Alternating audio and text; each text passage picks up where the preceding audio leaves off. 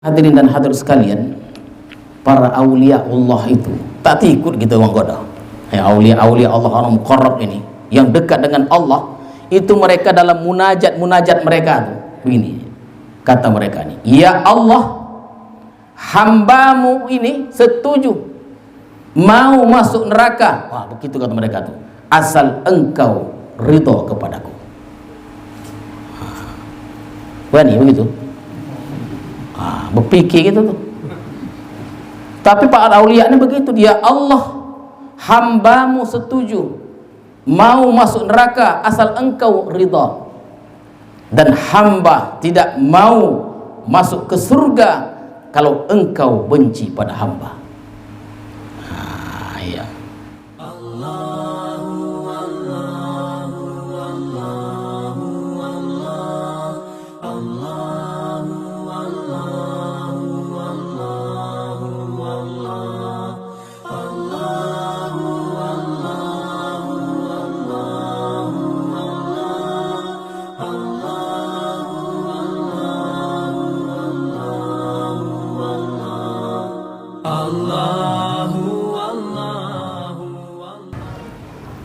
Al-Fatihah.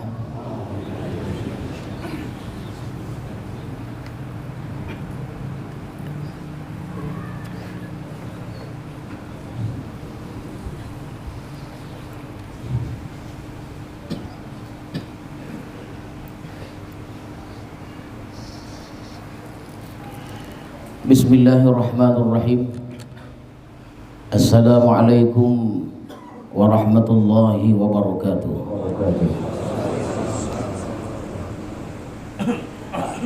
Alhamdulillahilladzi mata'al insana bi thalathati umur, al-qalbi wal basirati wan nur. Ashhadu an la ilaha illallah wahdahu la syarika lahul malikul ghafur, wa ashhadu anna sayyidana Muhammadan abduhu wa rasuluhul mansur. Allahumma salli wa sallim wa barik ala sayyidina Muhammadin al-mashhur wa ala alihi wa ashabihi wa dhurriyyatihi wa atba'ihi adadal ayyami wasyuhur ma damatil ardu was samawatu wad duhur. Amma ba'du.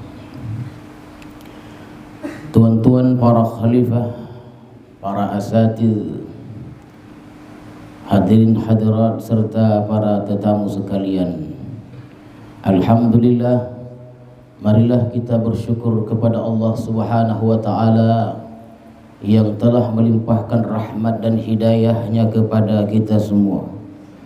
Salawat dan salam kita ucapkan dan kita sampaikan kepada Rasulullah sallallahu alaihi wasallam beserta keluarga, para sahabat dan para pengikut beliau. Mudah-mudahan hadirin sekalian kita mendapat syafaat Rasulullah di hari kemudian nanti.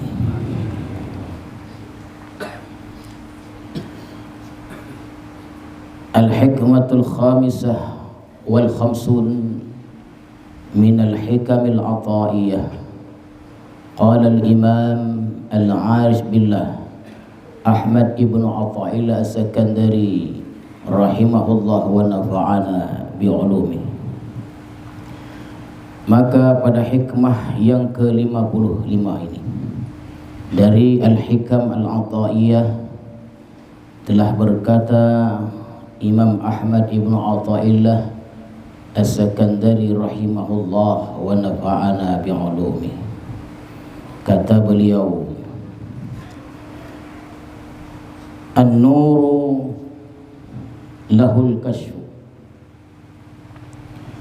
wal basiratu lahal hukmu wal qalbu lahul iqbal wal idbar. Bermula nur atau cahaya yang diberikan Allah kepada manusia itu, khususnya diberikan kepada orang-orang yang beriman, Fungsi cahaya itu al-kashfu, membuka. Al-kashfu itu artinya membuka. Yang dulunya manusia tidak tahu tentang sesuatu menjadi tahu. Sebelumnya tidak mendengar menjadi mendengar. Sebelumnya tidak melihat menjadi melihat. Itulah fungsi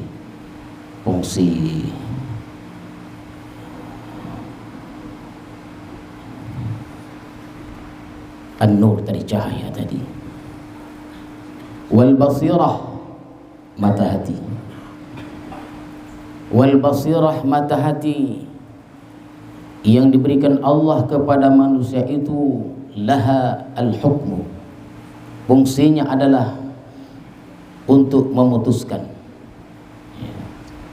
Setelah manusia itu tahu tentang sesuatu, setelah dia mendengar dan melihat, maka fungsi basirah, mata hati ini adalah untuk memutuskan mana yang baik, mana yang buruk, mana yang diterima, mana yang ditolak, mana yang diteruskan, mana yang di stop. Itu dia. Wal qalbu lahul iqbal wal idbar. Sedangkan hati pula itu adalah fungsinya untuk menerima atau menolak. Iqbal itu menghadap, idbar itu membelakangi, menerima atau menolak. Jadi hadirin dan hadir sekalian, Allah Subhanahu wa ta'ala memberikan kita kepada tiga macam ini: An-Nur, Al-Basirah, dan Al-Qalb. An-Nur fungsinya kita dapat melihat, mendengar dan mengetahui akan sesuatu. Sedangkan Basirah, mata hati itu memutuskan mana yang baik, mana yang buruk. Dan hati pula untuk menjadi tumpuan akhir segalanya. Tinggal hati yang melanjutkan apa yang diputuskan oleh mata hati, diterima atau ditolak.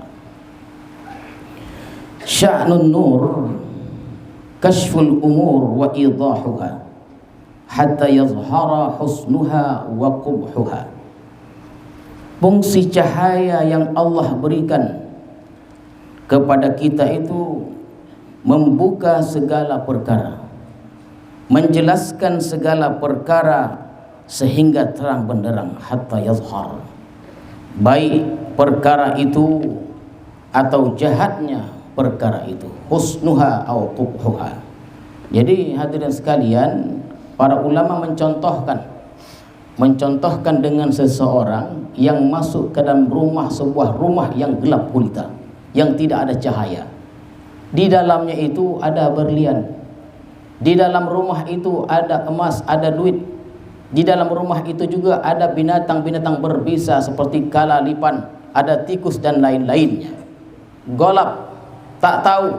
Allah berikan cahaya, ditengoklah, nampaklah di situ mana emas, mana berlian, mana tikus dan lain-lainnya. Masuk fungsi al-basirah, mata hati, membedakan untuk memutuskan mana yang baik, mana yang buruk. Oh, ini mana yang baik, mana yang buruk, nampak sudah. Setelah nampak dia, itu baru diputuskan oleh mata hati mana yang baik, mana yang buruk. Diputuskan oleh terakhir qalb hati, mana yang diambil, mana yang ditolak. Itulah tuan-tuan serta hadirin sekalian. Jadi an-nur wal basirah wal qalb. Jadi mana yang baik, mana yang buruk. Seperti baiknya taat atau sebuah ketaatan, dan seperti buruknya sebuah maksiat. Ini yang menjadi inti pembicaraan kita. Ya, baiknya taat dan buruknya maksiat. Dari mana kita tahu bahwa sebuah ketaatan itu adalah kebaikan? Lewat cahaya. Dari mana kita tahu bahwa buruknya maksiat atau maksiat itu adalah sangat buruk? Dari cahaya juga. Orang yang berbuat maksiat bukan berarti dia tidak punya cahaya, bukan berarti dia tidak tahu bahwa itu haram. Dia tahu, seperti orang berzina, dia tahu zina itu haram, tahu dia. Seperti orang memakan harta riba, dia tahu bahwa riba itu haram. Seperti orang minum arak, tahu dia bahwa arak itu haram. Itu orang minum arak otomatis masuk neraka kalau tidak bertobat itu. Tahu dia. Tahu bahwa arak itu haram, tapi diminumnya juga. Bukan berarti dia tidak ada cahaya. Lalu kenapa dia berbuat demikian? Padahal dia tahu. Karena cahaya iman dalam hatinya memberitahu, atau mungkin sebab mata hati dia itu tertutup, tidak berfungsi, sehingga mata hati itu tidak bisa memutuskan mana yang baik, mana yang buruk. Inilah yang kita takutkan. Dan kita sudah bicara tentang tingkatan-tingkatan hati itu, hadirin sekalian. Sebuah taat kepada Allah. Nah, ini dia. Tadi kita katakan bahwa taat itu baiknya taat dan buruknya maksiat. Sekarang sebuah taat kepada Allah Subhanahu wa taala. Contoh sebuah taat kepada Allah, contohnya keadaan kita sekarang ini. Ini namanya halaqatul ilm. Ya, kita ini halqah ilmu. Sedang memberikan ilmu, menuntut ilmu. Talabul ilmi. Ini adalah satu perbuatan taat. Jadi bagusnya ketaatan itu seperti menuntut ilmu ini, bagusnya banyak ragamnya, bermacam-macam. Kebaikan menuntut ilmu itu diberitahu oleh cahaya bermacam-macam kebaikannya, hadirin sekalian. Nur yang dititipkan Allah dalam diri kita. Pertanyaannya, apa bagusnya taat itu? Dan contoh taat itu adalah thalabul ilmi. Itu diantaranya thalabul ilmi, menuntut ilmu. Jadi apa bagusnya menuntut ilmu ini? Seperti kita sekarang ini. Yang pertama, ridallahi ta'ala, keridhaan Allah. Itulah bagusnya menuntut ilmu ini. Keindahan taat yang diperlihatkan cahaya kepada kita adalah fiha ridallah. Di dalamnya ada keridhaan Allah. Keridhaan Allah inilah yang kita cari dalam kehidupan ini. Dan salah satu mencari keridhaan Allah itu adalah taat. Dan contohnya talabul ilmi, menuntut ilmu. Seperti firman Allah, wa ridwanu minallahi akbar. Keridhaan itulah yang paling besar. Nikmat Allah atas seorang hamba adalah keridhaan Allah. Kalau kita melakukan sebuah ketaatan seperti menuntut ilmu, maka Allah sudah ridha kepada kita. Nah, ya, hadirin sekalian, keridhaan inilah yang kita cari. Nanti dalam bulan puasa setiap malam kita akan dengar Allahumma inna nas'aluka ridhaka wal jannah. Itu yang kita minta. Ya Allah, sesungguhnya kami meminta kepadamu keridhaanmu, ridhaka wal jannah, dan surgamu. Yang kita minta terlebih dahulu itu adalah ridha Allah. Kalau Allah sudah ridha kepada hambanya, kita dimasukkan ke dalam surga, diberikan dengan fasilitas yang hebatnya. Ada bidadari, ada permata, ada perbandani. Bahkan Allah tanya kepada kita, setelah kita hamba-hamba yang beriman dimasukkan ke dalam surga yang begitu indahnya, yang kita sebutkan tadi, ada permadani, permata, dan segala perhiasan, bidadari dan lainnya, ditanya Allah, apa yang lagi engkau kehendaki wahai hamba-hambaku? Penghuni surga menjawab, ridhakallah. Jadi keridhaan Allah ini jangankan di atas bumi, dalam surga pun kita meminta keridhaan Allah. Dan untuk mendapat keridhaan Allah itu melakukan taat, dan contoh ketaatan itu talabul ilmi, menuntut ilmu.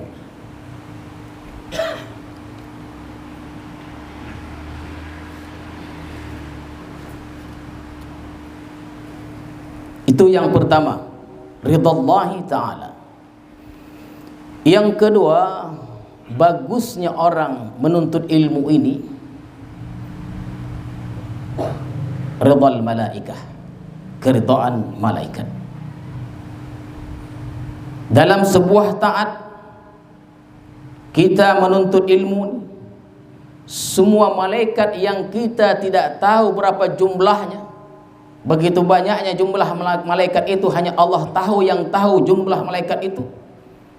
Dan ridhanya malaikat itu mereka ridha kepada kita, dan ridhanya malaikat itu hadirin sekalian istighfaruhum, meminta ampun untuk kita. Jadi malaikat yang begitu banyak ridha kepada orang yang menuntut ilmu, keridhaan mereka itu diungkapkan dengan istighfar, meminta ampun kepada Allah untuk kita. Jadi malaikat ini dia lain. Kalau malaikat ridha bukan duit dikasihnya, itu dia, bukan makanan, tetapi meminta ampun kepada Allah untuk kita. Itulah yang kita harapkan. Sabda Rasulullah sallallahu alaihi wasallam, orang yang menuntut ilmu itu, kata Rasulullah, mulai turun dari rumahnya, sebahagian malaikat menghamparkan sayapnya untuk diinjak oleh orang menuntut ilmu itu. Tapi tak nampak sayap itu. Begitu kata Rasulullah, dihamparkan sayap itu. Hebat sayap malaikat nih, bukan koci. Sekali hampar ini habis dunia, lebar. Dihamparkan sayapnya untuk diinjak orang yang menuntut ilmu tadi. Kalau sudah ridha begitu dia. Dan sebahagian malaikat lagi memayungi orang yang menuntut ilmu dari mulai turun rumah sampai ke tempat menuntut ilmu. Ini ada yang dari Medan nih. Mulai turun rumah tuh udah dipayungi dia, udah dihamparkan dia sampai ke tempat menuntut ilmu. Oleh karena itu, orang yang meninggal di perjalanan untuk ilmu itu surga. Begitu ya. Kenapa demikian hadirin sekalian? Karena malaikat yang begitu ramai itu, banyaknya ridha dengan perbuatan mereka. Semakin jauh tempat kita menuntut ilmu, semakin banyak malaikat yang menaungikan dan menghamparkan permadi tempat kita berjalan itu. Itu dia. Ada orang rumahnya dokeknya diputarnya. Oke, selangkah aja. Kan dalam 5 meter, 10 meter keliling dia. Kan? Ditanya orang, "Mana tuan? Nak kena sah?" katanya. "Jauh," katanya. Banyak pahalanya katanya. Itu dia. Banyak pahalanya. Kalau genai ke payah macam begitu, ganjil kata orang nanti.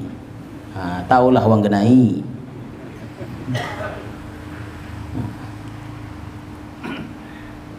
Jadi hadirin sekalian, dan dalam jumlah malaikat yang kita tidak tahu jumlahnya itu, mereka selalu mengucap, ini malaikat ni banyak dia. Jadi kita yang hadir ni, perkataan mereka, ucapan mereka apa dia? Allahumma ighfir li hadzal talib. Wahai Tuhan, ampunilah penuntut ilmu ini.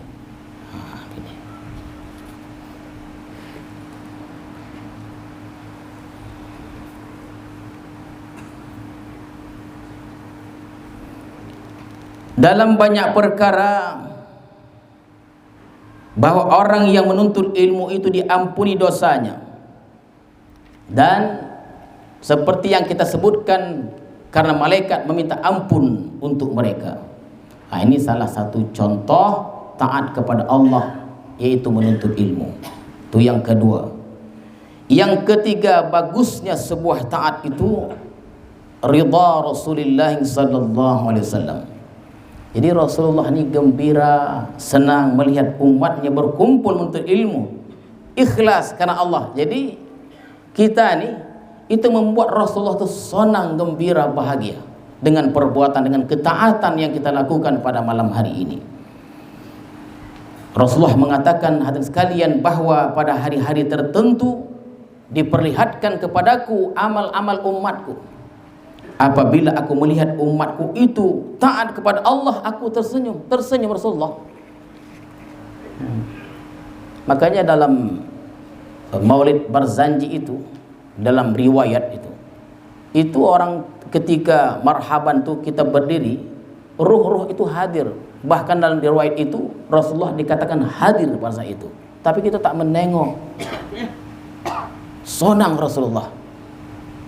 Ini alhamdulillah sudah semakin banyak apa namanya Maulid Koci itu kan. Alhamdulillah lah. Dan apabila aku melihat amal umatku maksiat, aku kecewa. Janganlah sekali-kali kita membuat kecewa Rasulullah sallallahu alaihi wasallam. Jangan.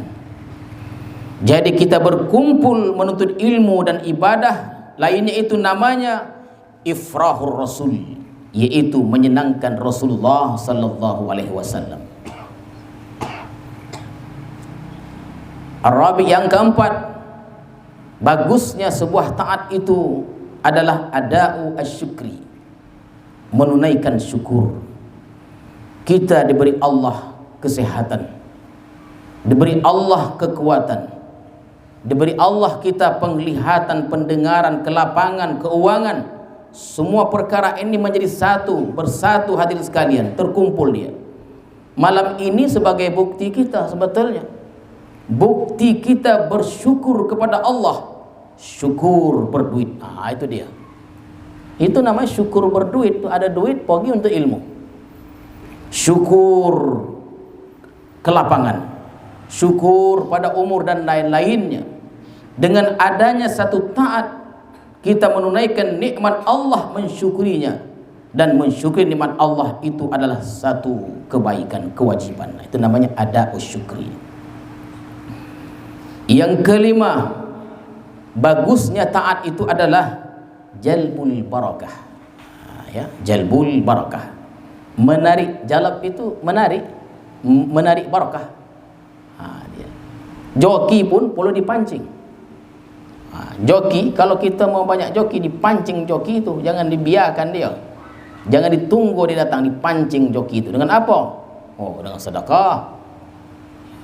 Kalau kita sakit, sahabat-sahabat sakit supaya segera disembuhkan, dipancing dia. Dengan apa? Sedekah. Da'u mardakum bisadaqah. Itu konsep itu terkadang direalisasikan dalam dunia tarekat itu. Da'u mardakum bisadaqah. Mardakum ini sama ada sakit batin atau sakit jasad, jasmani maupun rohani. Jadi jalbul barakah artinya menarik barakah. Kita sembahyang 2 rakaat itu membawa barakah. Berkah pada umur, berkah pada badan, berkah pada ahli keluarga, berkah pada anak-anak kita, berkah pada bini kita, istri kita, harta dan lain-lainnya, bahkan berkah kepada tetangga. Itulah perlunya ketaatan itu, hadirin dan hadirat sekalian. Jadi berkah itu bukan untuk kita saja, kita yang melakukannya, berkah itu boleh menyebar dia. Yang keenam, bagusnya sebuah taat itu adalah jala'ul qalbi, penerang hati. Hati menjadi terang. Hati itu menjadi terang dia. Kalau kita banyak buat ketaatan, itu terang hati. La ibona itu. Yang ketujuh, al-qurbu minal jannah, dekat dengan surga. Kata Rasulullah sallallahu alaihi wasallam bahwa majlis ilmu itu riyadul jannah, taman dari taman-taman surga. Yang hadir sekarang ini bukan dari golongan manusia saja, bahkan malaikat berduyun-duyun berhimpun bersama kita, malaikat sekarang ini. Dan malaikat suka dengan hal-hal seperti ini, majlis-majlis ilmu seperti ini. Dan kalau kita mati dalam saat menuntut ilmu, itu matinya masuk surga, teman sekalian. Yang ke-8, bagusnya sebuah ketaatan itu adalah al-bu'du minan nar, dijauhkan dari api neraka. Untuk ilmu ni dan ketaatan-ketaatan itu dijauhkan dari api neraka. Yang ke-9, alamatu husnil khatimah, alamat mati baik. Kalau kita ingin mati baik, banyak-banyaklah kita menuntut ilmu. Dengar pengajian datang, dengar pengajian datang. Ngantuk sikit tak apalah. Tak apa, itu biasa begitu. Yang ke-10, ghufranuz dzunub. Ghufranuz dzunub, diampunkan dosa kita. Contoh sembahyang zuhur. Jadi orang yang sembahyang zuhur tu diampuni dosa sehingga asar. Begitu dia. Dan begitulah seterusnya.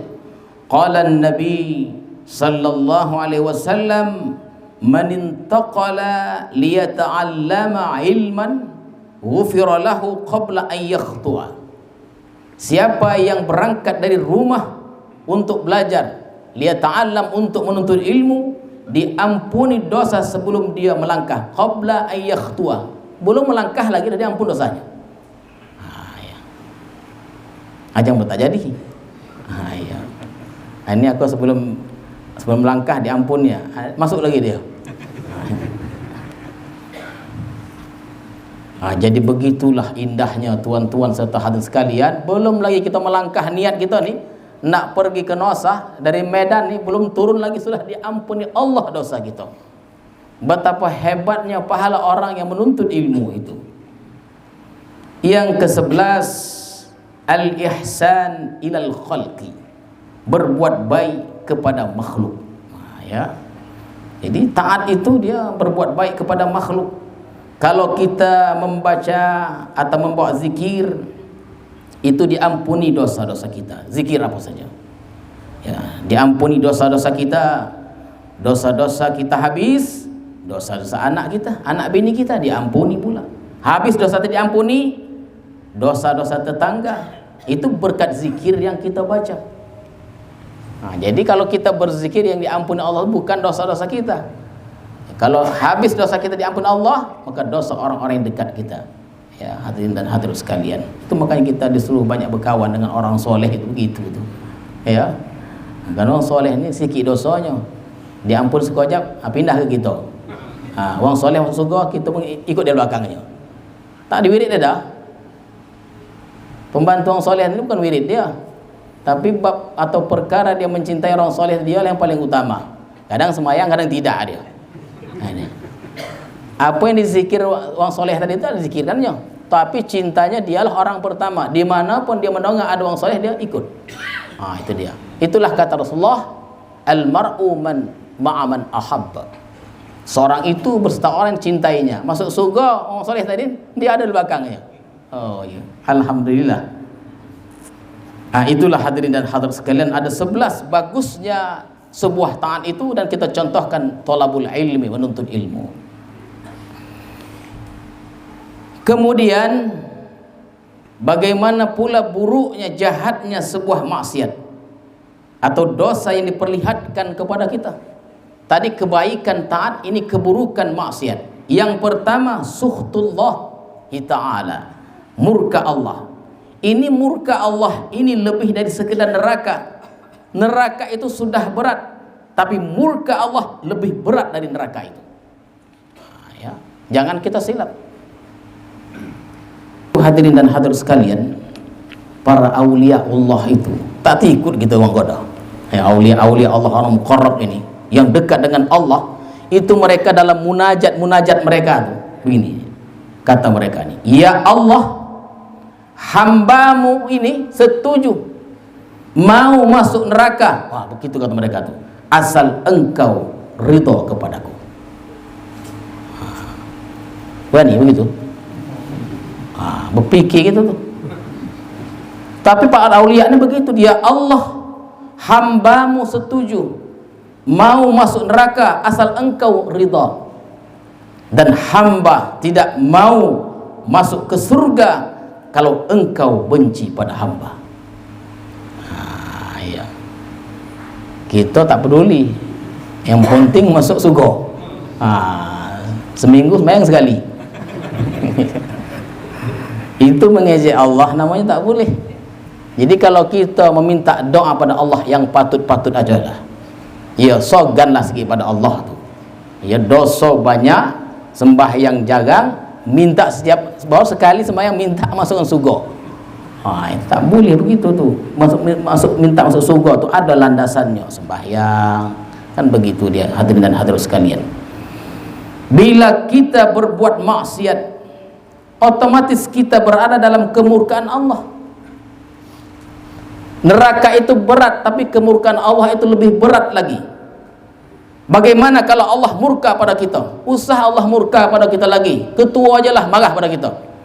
Kalau ada tuan-tuan nih yang bekerja di kerajaan, di pemerintahan sebagai pegawai negeri, takut tidak tuan kalau marah ketua tu, dipecatnya, tak dikasihnya apa namanya istilah itu, istilah pegawai itu apa namanya, apa, gaji segala macam, ditahannya, takut. Itu murkanya ketua aja kita takut, apalagi murkanya Allah Subhanahu wa taala.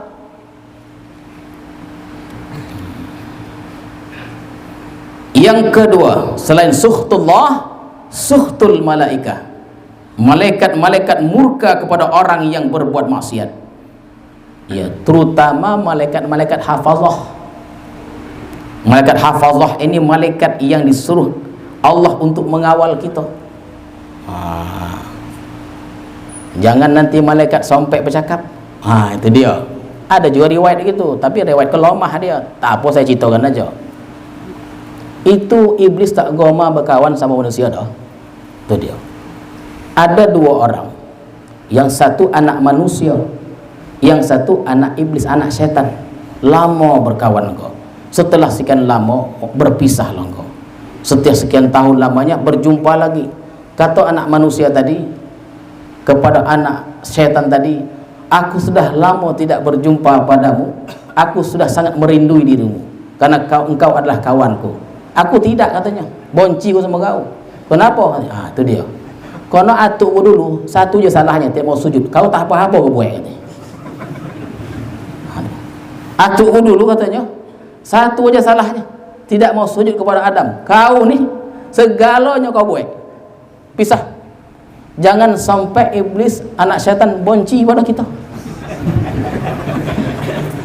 Bonci karena kelakuan kita. Ya. Tetap datang juga dia. Yang ketiga, ihzanun Nabi sallallahu alaihi wasallam. Itu buruknya maksiat itu. Buat sedih Nabi. Tadi ifrahur Rasul. Tapi kalau kita berbuat maksiat, itu namanya ihzanun Nabi sallallahu alaihi wasallam. Kita membuat Rasulullah sedih. Apalagi maksiat yang dibuat itu lebih besar dari umat yang bukan Nabi sallallahu alaihi wasallam. Nabi makin sedih. Yang keempat, ifrahu a'da'i adu iblis. Itu dia. Membuat gembira. Musuh yang paling musuh iblis, laknatullah. Iblis tu dia tak mati dah, ya. Iblis kana minal jin. Ya, begitu dia, hadirin hadir sekalian. Jadi riwayat iblis ni dia dari jin. Jin ni dia tak mati-mati. Jin ke mati? Jin mati, tapi pada umur 400 tahun. Ya, itu kan ada dialog dalam buku Muhammad Isa Daud itu. Dia berdialog, kata dialah dalam buku itu, Muhammad Isa Daud itu, dia berdialog dengan anak jin. Anak jin itu umurnya 300 tahun. Begitu dia. Pernah di dalam dialog itu, kata Muhammad Isa itu dia, katanya singgah sana jin itu, iblis itu di segitiga Bermuda itu. Segitiga Bermuda, makanya banyak kapal laut, kapal terbang kalau mendekati area itu bisa termasuk dia. Kata dia, itu manusia mati dalam itu dikaji oleh jin, dikaji oleh iblis macam mana untuk merayu manusia ni, teknik-teknik dan metode-metodenya. Allahu alam. Tapi teman dialog Muhammad Isa Daud ni dengan anak jin tadi itu umurnya 300 tahun. Anaknya ni umur 300 tahun. Macam mana pula ayahnya? Tak ada manusia sekarang umur 300 tahun, tak ada. Ya, tak ada. Paling satu ada dia 102, itu ada 1-2. Yang paling banyak dia antara 60 hingga 70. Ya. Kenapa demikian hadirin sekalian? Karena iblis laknatullah tidak mau sendiri dikutuk oleh Allah, maka dia mencari kawan-kawan. Tak mau dia sendirinya. Ya, bertungkus lumus dia. Dia menggoda, merayu dengan segala cara, mengajak manusia untuk bersamanya di dalam neraka. Ada kawannya. Yang kelima adalah zahabul barakah, menghilangkan barakah. Jadi orang yang berbuat maksiat itu hilang barakah. Riba contohnya. Paling banyak sekarang ini, banyak yang mengadu berinteraksi dengan riba. Riba ini hukumnya haram. 1 dirham itu Uang riba itu setara sama dengan 36 kali berzina. Itu riba itu. Orang yang riba dibangkitkan nanti dalam keadaan gila dia. Ya, dalam keadaan gila. 1 dirham kata Rasulullah itu setara dengan 36 kali berbuat zina. Itu riba itu. Maka istilah sekarang hijrah nih. Jadi kalau orang berbuat riba, dia tak akan kaya-kaya, tak akan barakah dia. Rumah tangga akan rusak, pergaulan akan rusak, rezeki itu dia akan bukan ditarik, justru lari rezeki itu. Payah dia. Maka segera mohon minta pertolongan Allah, anugerah Allah, supaya Allah berikan kemudahan. Kalau kita berinteraksi itu, segeralah keluar minta pertolongan Allah, munajat pada Allah di waktu malam. Kenapa? Waktu malam itu waktu yang paling elok untuk mengadu kepada Allah. Yang keenam, taswid al-qalbi. Jahatnya maksiat itu adalah menghitamkan hati. Tadi hitam hati itu. Inilah yang kita takutkan. Kalau kita berbuat jahat sekali, hadirin sekalian, maka setitik hitam dalam hati kita. Berbuat jahat 2 kali, 2 titik hitam. Berbuat jahat lagi, 3 titik hitam dalam hati kita. Berbuat jahat lagi, 4 titik hitam di hati kita. Kalau kita tidak bertobat, nanti titik-titik itu akhirnya dia menyelubungi hati tadi. Dan apabila penuh dengan titik hitam, wah ini yang payahnya. Hati kita penuh dengan titik-titik hitam tadi, payah dia. Dia tidak payah dihilangkan dengan taubat, melainkan dihilangkan dengan neraka. Itulah yang pernah saya sebutkan. Dalam doa itu ada juga orang husnul khatimah, matikan husnul khatimah ada. Tapi yang elok itu kita masuk ke dalam surga itu bighairi hisab. Karena ada juga orang masuk ke surga setelah diproses dalam neraka. Berapa lama? 500 tahun. Dimasukkan 500 tahun ke neraka, baru dimasukkan ke surga. Nah, itu mungkinlah itu titik hitam tadi dia menghitam, akhirnya hanya bisa disembuhkan dengan neraka. Yang ketujuh, al-ba'du minal jannah, jauh dari surga orang yang berbuat maksiat ini. Yang ke-8, al-qurbu minan nar, dekat dengan neraka. Ya. Nah, contohnya minum arak tadilah. Minum arak ini. Ini minum arak nih, mati ini otomatis masuk neraka. Minum arak nih, otomatis mati masuk neraka. Yang ke-9, alamatu su'il khatimah, ya, mati tak elok. Yang ke-10, kufrun ni'mah, kufur terhadap nikmat itu kita tidak jelaskan. Dan yang terakhir adalah al-khiyanah li jami'il khalqi, berkhianat kepada seluruh makhluk ini. Oleh sebab itu hadirin hadirat sekalian, Rasulullah selalu berdoa. Doa Rasulullah, Allahumma arinil haqqa haqqa warzuqni ittiba'ah wa arinil batila batila warzuqni ijtinabah. Itu Rasulullah. Kalau doa kita, Allahumma arinal haqqa haqqa warzuqni ittiba'ah wa arinal batila batila warzuqni ijtinabah. Yang artinya, ya Allah, peliharakan kepadaku, kepada kami yang benar itu benar. Jangan sempat kita tak tahu. Hati kita tidak boleh memutuskan mana yang baik, mana yang tidak, bahaya. Dan berikan kemampuan kepadaku untuk melaksanakan, dan sebaliknya hadirin dan hadirat sekalian. Mudah-mudahan Allah Subhanahu wa taala memberikan kemudahan kepada kita, memberikan anugerah kepada kita untuk kita senantiasa berbuat taat. Mampu kita membedakan mana yang baik, mana yang buruk. Mampu kita menerima yang baik itu baik, dan kita tolak itu adalah yang tidak baik. Amin ya rabbal alamin. A'udzubillahi minasyaitonirrajim. Bismillahirrahmanirrahim. Allahumma ja'al jam'ana hadza jam'an marhuma wa tafarruqana min ba'dihi tafarruqan ma'suma. Allahumma zidna ilma warzuqna fahma walhiqna bis salihin. Wa sallallahu ala sayyidina Muhammadin wa ala alihi wa sahbihi ajma'in. Walhamdulillahi rabbil alamin. Assalamualaikum warahmatullahi wabarakatuh.